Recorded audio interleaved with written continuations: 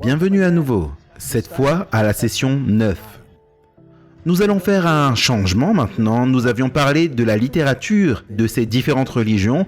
Maintenant, nous allons passer à leurs fondateurs et comparer les fondateurs. Tous ont révélé des messages puissants et merveilleux, mais nous voulons les comparer. Alors, les 4 sessions seront des comparaisons des fondateurs. Voici une première question que j'ai posée aux fondateurs. Quelle est l'affirmation la plus importante que vous faites à votre sujet?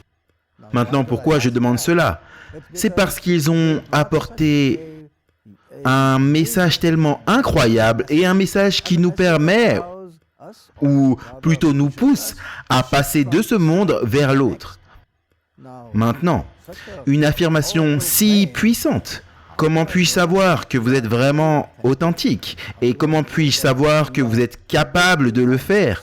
Alors je demandais leurs références, en d'autres termes leur CV, leur curriculum vitae. Quelle est l'affirmation la plus importante que vous faites vous concernant? Alors, voici ce que nous avons obtenu lorsque j'ai posé cette question. Dans l'hindouisme, le fondateur n'est pas Visnamitra, il est juste l'un des auteurs. Et il y a beaucoup d'auteurs dans l'hindouisme qui nous ont apporté le message réel. Mais la plus haute revendication de tous les auteurs était celle d'un sage. Qu'est-ce qu'un sage? Un sage est un individu révéré dans la société, dans la communauté dans laquelle ils vivent. Une personnalité bien équilibrée, une piété profonde et une bonne compréhension de la littérature sacrée de cette communauté. Voici ce que c'est un sage. Qu'en est-il du bouddhisme? Gautama Buddha affirma être l'illuminé. Celui qui avait toute la lumière du monde. Il dit qu'une nuit, dans la partie orientale de l'Inde, il a reçu cette lumière en 4 étapes. Alors il s'est levé le matin, il a dit « Maintenant, je suis l'illuminé ». Dans l'islam, Mahomet dit qu'il était le sceau des prophètes. La tradition islamique dit qu'Allah a envoyé 124 000 prophètes. Environ 20 à 25 d'entre eux sont nommés dans le Coran. Commençant d'Adam, Enoch, peut-être Noé, Abraham, les 12 patriarches des Juifs, Jésus, Jean-Baptiste, tous sont mentionnés par leur nom. Mais parmi tous, Mahomet est considéré comme le sceau des prophètes, qui était sa plus haute revendication. Dans le judaïsme, disons que Moïse était le vrai fondateur, alors qu'Abraham pourrait l'être également. Mais Moïse s'est déclaré être un prophète de Dieu. Et le peuple l'a décrit comme celui qui a donné la loi à Israël. Il est monté sur une montagne du mont Sinaï et a obtenu la loi des mains de Dieu et est descendu le législateur d'Israël. Quand vous arrivez à Jésus, voici ce qu'il dit. Il a prétendu être le Fils de Dieu. Maintenant, certains différencient entre Fils de Dieu et Dieu. Mais vraiment, le Fils de Dieu est Dieu. Il affirmait être Dieu. Waouh! Regardez ces 5. Et considérez-les tous. Et j'ai posé la question, quelle est l'affirmation la plus haute que vous faites vous concernant? Donc quelle est la plus haute revendication? La plus élevée? Il vous faudra convenir que la ligne doit être tracée entre les 4 premiers et le dernier, le 5e. Parce que les 4 premiers sont tous humains. Jésus a affirmé être Dieu. Appartenir à ce royaume, qui est un royaume surnaturel. Waouh! Difficile à croire. Mais c'est ce qu'il a dit. Maintenant, vous et moi, nous ne pouvons contester aucune de leurs affirmations. Aucun de nous ne peut dire « Gautama Buddha, tu n'es pas l'illuminé » ou « Mahomet, tu n'es pas le sceau des prophètes ». De même, nous ne pouvons pas dire à Jésus « Tu n'es pas le Fils de Dieu ». Nous pouvons ne pas le croire, mais nous ne pouvons pas faire une affirmation sur ce point. Donc, nous allons les examiner à leur valeur nominale. Et si vous prenez leurs mots pour ce qu'ils sont, alors l'affirmation évidente que Jésus a faite d'être le Fils de Dieu, aucun autre fondateur ne l'a fait, n'a affirmé être au niveau de Dieu. Mais c'est toujours difficile à croire et d'avoir foi en cela. Alors voici ce que j'ai fait. J'ai regardé pour savoir s'il y avait des humains qui s'appelaient Dieu. Et voici les prétendants à ce titre de Dieu. Fou ou illusionné.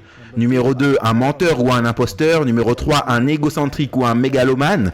Numéro 4, se trompe honnêtement. Numéro 5, peut être vraiment Dieu. Était-il fou ou dupe? Qu'est-ce que certains grands penseurs disent? Et je vais décrire et citer les mots d'une personne qui n'a pas toujours été considérée comme un grand penseur. Il était plutôt considéré comme l'empereur du monde. Son nom, Napoléon Bonaparte. Dans ses années d'exil, on lui a demandé d'examiner les enseignements de Jésus. Et il avait du temps, alors quand il l'a fait, voici ce qu'il a dit.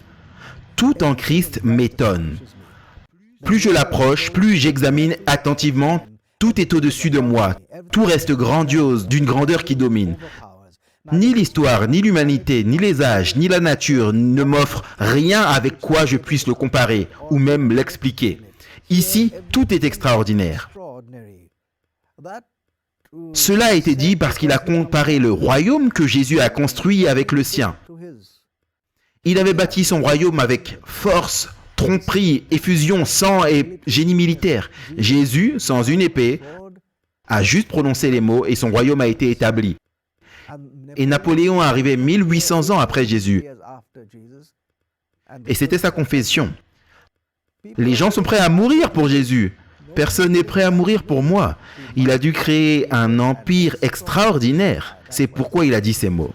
Et que diriez-vous de Bernard Ram qui dit au sujet des paroles de Jésus, elles sont plus lues, plus citées, plus aimées, plus crues, plus traduites, parce que ce sont les plus grandes paroles jamais prononcées. Où est leur grandeur? Leur grandeur réside dans la pure spiritualité lucide, traitant clairement, définitivement et avec autorité des plus grands problèmes qui palpitent dans la poitrine humaine. Donc, je n'ai trouvé aucun érudit sérieux qui n'ait jamais appelé Jésus fou. Était-il un menteur ou un imposteur? Probablement pas, à cause du procès du Sanhédrin. Vous savez, dans ce procès, ils lui ont posé les mêmes questions que nous posons aujourd'hui. Dis-nous si tu es le Fils de Dieu. Jésus était un juif pur sang. Il savait que s'il prétendait être le Fils de Dieu, il l'accuserait de blasphème et il irait à sa mort. Maintenant, dites-moi, si vous êtes jugé pour votre vie, n'apporteriez-vous pas des preuves véridiques pour échapper à la peine de mort? Ne seriez-vous pas aussi sévèrement tenté? Peut-être apporteriez-vous un faux témoignage mensonger juste pour échapper à la peine de mort? Oui, les gens saints d'esprit ne veulent pas mourir. Personne dans son bon sens n'apportera jamais un faux témoignage pour provoquer la condamnation à mort. Et dans ce cas, Jésus a répondu par l'affirmative. Il a accepté d'être le Fils de Dieu. Et il est allé à sa mort. Et il est donc difficile pour nous de dire que c'était un menteur. Qu'est-ce qu'un menteur? Une personne qui connaît la vérité et déclare délibérément quelque chose d'autre. Difficile maintenant de mettre cette étiquette et de la coller à Jésus. Il est mort pour ce qu'il a dit. Donc je ne sais pas s'il est le Fils de Dieu, mais voici ce que je sais, qu'il croyait totalement, absolument et complètement qu'il était le Fils de Dieu parce qu'il l'a confessé. Donc je ne pourrais pas l'appeler un menteur. Qu'en est-il d'un mégalomane? Maintenant, nous avons des humains qui se sont appelés eux-mêmes Dieu, parce qu'ils sont égocentriques. Mégalomanes, c'est ce qu'on dit. Les pharaons d'Égypte se sont appelés Dieu. Les Césars de Rome se sont appelés Dieu. Sous peine de mort, ils avaient la position et l'autorité pour imposer cela que les gens devaient les appeler Dieu. Cet homme n'avait aucune autorité. Il a, à un moment donné, lavé les pieds sales de ses disciples, comme un serviteur ordinaire. Ce n'est pas être enflé avec un sens imprudent de sa propre suffisance, non. Il s'est tourné vers ses disciples et il a dit, vous aussi, vous devez vous laver les pieds les uns les autres. C'est une image d'abnégation, pas un mégalomane. Qu'en est-il de s'il s'est vraiment trompé? C'est ce que Richard Dawkins a dit. Une quatrième possibilité, presque trop évidente pour avoir besoin d'être mentionnée, est que Jésus s'est honnêtement trompé. Beaucoup de gens le sont. Dites-moi, sérieusement, feriez-vous sincèrement fausse route si vous croyez être le roi ou la reine d'Angleterre? Seriez-vous honnêtement dans le faux au point de croire que vous avez juste atterri ici depuis Mars avec un vaisseau spatial? Non, mes amis, vous ne pouvez pas honnêtement vous tromper sur des choses importantes. Oui, vous pouvez vous tromper honnêtement sur un visage dans une foule ou l'endroit où vous avez laissé les clés, mais vous ne pouvez pas vous tromper sur d'énormes, grandes choses. Qu'un tel intellect, aussi clair que le ciel, vivifiant comme l'air de la montagne, vif et pénétrant comme une épée, parfaitement sain et vigoureux, toujours prêt et toujours maître de soi et susceptible d'une illusion radicale et si sérieuse concernant son propre caractère et sa mission? Suggestion absurde. Il était clair dans son esprit. Et pourtant, il a fait l'affirmation. Et donc, il ne semble pas qu'il était sincèrement dupe. Parce que nous ne pouvons pas être sincèrement dupes sur des facteurs importants. Donc, est-il vraiment Dieu? Je ne sais pas, vous ne savez pas. Nous sommes des enquêteurs neutres actuellement. Et quand nous regardons l'affirmation, eh bien, il ressemble à n'importe qui d'autre. Il se comporte comme n'importe qui d'autre. Il s'habille comme tout le monde, il mange comme tout le monde, il travaille comme tout le monde. Comment peut-il s'appeler Dieu? Alors, nous lui donnerons la plus haute position que nous pouvons lui donner, mais pas Dieu. On dira qu'il est un grand enseignant moral, un prophète merveilleux et puissant, mais pas Dieu. Et puis j'ai lu ces mots de C.S. Lewis. C.S. Lewis était autrefois un athée déclaré, professeur de littérature à l'université de Cambridge, qui a examiné cela d'une manière logique. Et donc, voici ces mots. J'essaie ici d'empêcher quiconque de dire la chose vraiment stupide que les gens disent souvent de lui. Et c'est « Je suis prêt à accepter Jésus comme un grand professeur moral, mais je n'accepte pas sa prétention à être Dieu. » C'est la seule chose que nous ne devons pas dire. Si un homme était simplement un homme et disait le genre de choses que Jésus a dites, il ne serait pas un grand professeur de morale. Il serait soit un fou, du niveau d'un homme qui dit qu'il est un œuf poché, ou bien il serait le diable venu de l'enfer. Vous devez faire votre choix. Soit cet homme était et est le Fils de Dieu, ou bien un fou ou quelque chose de pire. Vous pouvez le museler comme un malade mental, vous pouvez lui cracher dessus et le tuer comme un démon, ou vous pouvez tomber à ses pieds et l'appeler Seigneur et Dieu. Mais n'inventons pas des bêtises condescendantes sur le fait qu'il est un grand enseignant humain. Il ne nous a pas laissé cela ouvert, il n'avait pas l'intention de le faire. Maintenant, que nous soyons d'accord ou pas, lorsque nous examinons toutes les revendications qui ont été faites, il est très clair que Jésus a fait la revendication la plus élevée de toutes, celle d'être Dieu. Nous ne pouvons pas passer à côté de ça parce que c'est dans les écrits. Le prochain. Comment les mots nous ont-ils été donnés concernant leur message et leur mission? Maintenant, le message et la mission sont énormes et larges. Mais ma question était de savoir si nous pourrions le dire en un mot, juste une phrase ou deux. Comment décrivez-vous votre mission? Et voici ce que nous trouvons. Dans l'hindouisme, tout le message et la mission des écrivains et des auteurs hindous était de montrer la voie à la vérité ultime de la question qui est la fusion de l'Atma, c'est-à-dire l'âme humaine, avec la super-âme de Brahman. Et c'est ainsi que vous échappez à ce monde et arrivez dans la demeure de Brahman. Alors, nous allons vous enseigner le chemin vers la vérité sur la question. C'est le message et la mission des auteurs hindous. Qu'en est-il du bouddhisme? Ici les mots de Gautama Bouddha. Pour l'illumination, je suis né, pour le bien de tout ce qui vit. Donc, quel est le message et la mission de Gautama Bouddha? Son message était d'apporter la lumière au monde. C'est ce qu'il affirmait. J'ai été illuminé et donc, parce que j'ai été illuminé, j'ai obtenu l'information, je peux ainsi vous éclairer aussi. Et la base de cela serait ce qu'on appelle les 4 règles d'or et les 8 bonnes circonstances. J'ai été illuminé. Donc c'est ma revendication, la plus haute revendication de Gautama Bouddha était celle d'être un individu éclairé. Qu'en est-il de l'islam?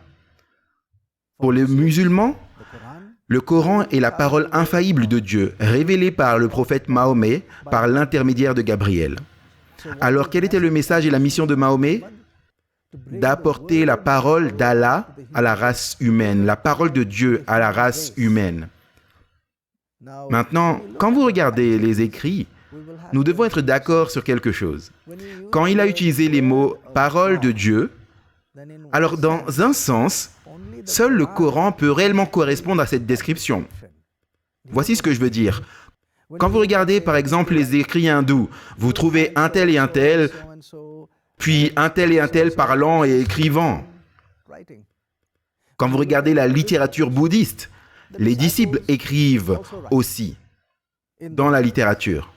Gautama Bouddha lui-même écrit. Il ne s'est jamais appelé Dieu, mais il écrit dedans. Quand vous regardez les écritures judaïques, eh bien Moïse a parlé, Samuel a parlé, David a parlé, Isaïe a parlé. Quand vous regardez la littérature chrétienne, eh bien Matthieu a parlé, Paul a parlé, Pierre a parlé. Et ainsi, dans la plupart des écrits, des gens autres que Dieu parlent dans les écrits. Le Coran est la seule littérature dans laquelle sont écrites les paroles d'Allah et de personne d'autre. Donc, dans un sens technique, cela peut être appelé la parole de Dieu. Alors, soyons justes. Avez-vous dit waouh à cela? C'est incroyable. C'est ce qu'on peut appeler les paroles d'Allah, les paroles de Dieu. Et ainsi, le message et la mission de Mahomet était d'apporter la parole d'Allah, de Dieu, à la race humaine. Qu'en est-il du judaïsme? C'est pourquoi vous garderez mes statuts, ce sont les paroles de Dieu. C'est pourquoi vous garderez mes statuts et mes jugements, que si un homme met en pratique, il vivra. C'est de la bouche de Yahweh, Dieu, parlant à Moïse, lui donnant les commandements, les statuts, les règles qui doivent régir le peuple. Et si vous respectez ces règles, eh bien alors vous êtes du bon côté, vous aurez la vie. Si vous enfreignez les règles, alors vous n'avez pas la vie, vous mourrez. Alors quel était le message et la mission de Moïse? Apporter les règles et les commandements de Dieu pour que vous puissiez les garder et avoir la vie, afin qu'il apporte la vie via les commandements de Dieu. Qu'en est-il de Jésus maintenant? Ici, nous sommes arrivés à une grande différence, parce qu'il a prononcé des mots qui sont assez différents de tous les autres. Il a utilisé les mots « je suis ». Regardez la façon dont il écrit. « Je suis le chemin, la vérité et la vie. Je suis la lumière du monde. Je suis la parole qui s'est faite chair. Je suis la résurrection et la vie. » Les mots « je suis » sont absolument uniques. Aucun autre fondateur n'a jamais utilisé les mots « je suis ». Alors comparons maintenant ce que les autres fondateurs et écrivains ont écrit et regardons comment il a utilisé les mots « je suis ». L'écrivain hindou a dit « Nous allons vous montrer le chemin vers la vérité sur la question. » Jésus a dit « Je suis le chemin et la vérité. » Quand Gautama Bouddha a dit « J'ai été illuminé et à cause de cette lumière que j'ai reçue, je ferai aussi des autres désilluminés. » Jésus a dit « Je suis la lumière qui éclaire. » Maintenant, que préférez-vous? Si vous sortiez par une nuit orageuse, préféreriez-vous juste la lumière, disons une bougie ou même une lanterne, ou préféreriez-vous la source de la lumière qui peut toujours être à côté de vous pour allumer votre bougie au cas où un vent soufflerait? Que préféreriez-vous? La lumière en tant quantité dans votre main ou la source de la lumière qui peut toujours s'allumer au cas où votre lumière s'éteint? Quand Jésus a dit « Je suis la lumière », il se décrivait comme la source de cette lumière. Une différence incroyable. Qu'en est-il de ce que Mahomet a dit? Nous avons convenu que le Coran était ce que Allah enverrait à travers Mahomet à la race. Et donc, le message et la mission de Mahomet était d'apporter les paroles d'Allah à la race humaine. Jésus s'est décrit comme la parole. Si Mahomet a dit « Je t'apporte la parole », Jésus a dit « Je suis la parole qui s'est faite chair ». Quand on arrive à Moïse, Moïse a dit, je vais vous apporter les commandements pour que vous ayez la vie. Jésus a dit, je suis la vie et la résurrection. Les mots je suis le mettent à part. Par exemple, si vous enlevez Bouddha, on peut encore atteindre la bouddhéité en suivant les écrits qu'il a laissés et les autres écrivains et les autres auteurs qui l'ont développé. Si vous supprimez Moïse, vous pouvez toujours être un Israélite en suivant les écrits de Moïse, l'Ancien Testament, le Talmud et tout le reste. Si vous supprimez les auteurs dans l'hindouisme, vous pouvez toujours atteindre la demeure de Brahman en suivant ses écrits. Si vous supprimez Mahomet, l'homme parfait qui nous a apporté la parole d'Allah, on peut toujours passer le jugement au jour du jugement en suivant les mots qui étaient dans le livre. Nous n'avions pas vraiment besoin de lui, bien qu'il soit un bon exemple.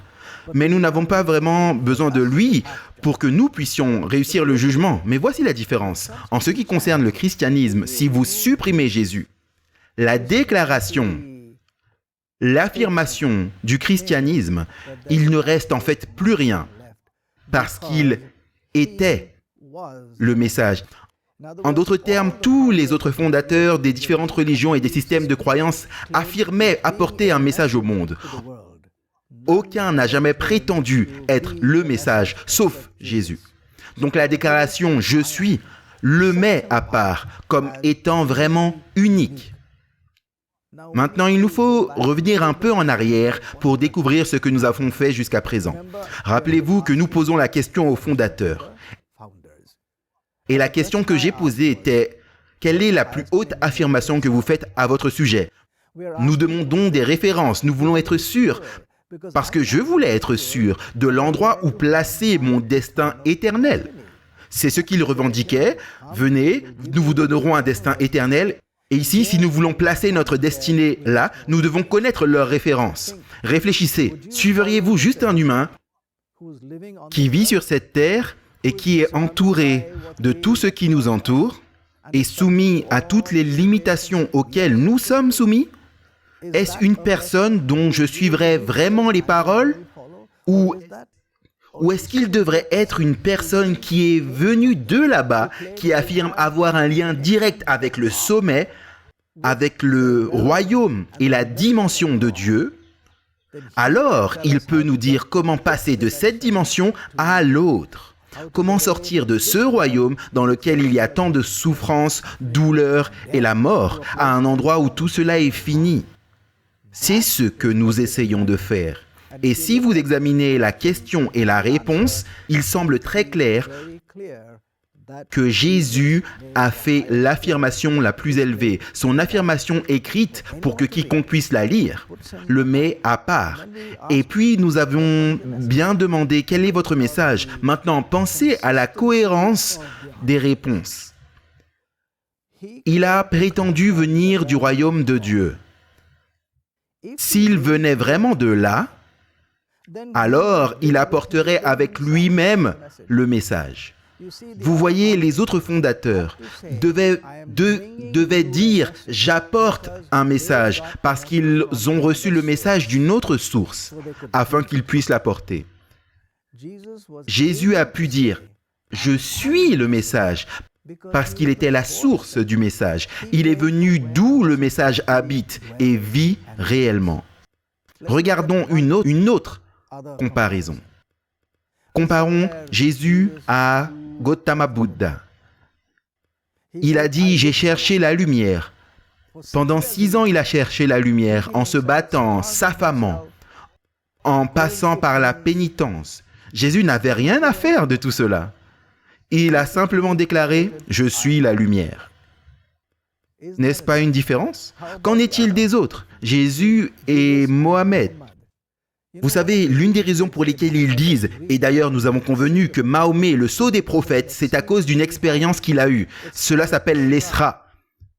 Niraj.